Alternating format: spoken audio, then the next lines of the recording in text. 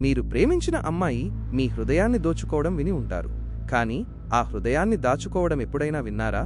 లేకపోతే నా కథ పూర్తిగా వినండి.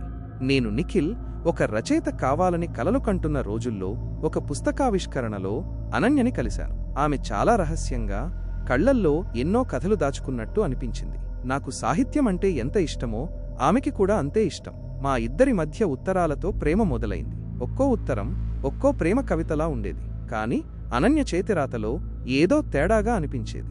హడావిడిగా రాసినట్టు, లేదా ఏదో ఒత్తిడిలో ఉన్నట్టు ఉండేది. ఒక ఉత్తరం మాత్రం నన్ను బాగా కలవరపెట్టింది. ఆ ఉత్తరం మీద రక్తపు మరకలున్నాయి. దాంతో నాకు అనుమానం వచ్చి అనన్య గురించి తెలుసుకోవాలనిపించింది. ఒకరోజు సాయంత్రం ఆమెని ఫాలో చేశాను. ఆమె ఒక పాత భవంతిలోకి వెళ్ళింది. నేను లోపలికి వెళ్లి చూస్తే ఒక భయంకరమైన దృశ్యం కనిపించింది. ఒక గది నిండా అల్మారాలు, వాటిలో బాటిల్స్ ఉన్నాయి. ప్రతి బాటిల్లో ఒక మనిషి హృదయం ఉంది. ప్రతి బాటిల్ మీద అనన్య గత ప్రేమికుల పేర్లు రాసి ఉన్నాయి. అనన్య కేవలం ప్రేమికురాలు మాత్రమే కాదు, ఒక కిరాతకురాలు అని అర్థమైంది. ఆమె ప్రేమ ఒక భయంకరమైన ఆట.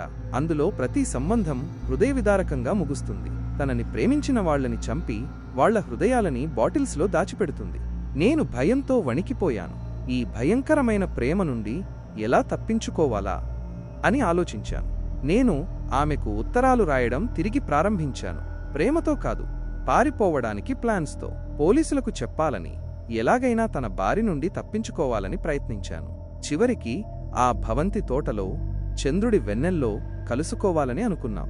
నేను నా విధిని అంగీకరించానని అనన్య అనుకుంది. కాని నా దగ్గర వేరే ప్లాన్ ఉంది. పోలీసులను పిలిచాను, ఆ శాపపు చక్రాన్ని, ఆమె భయంకరమైన ఆటను ఆపడానికి.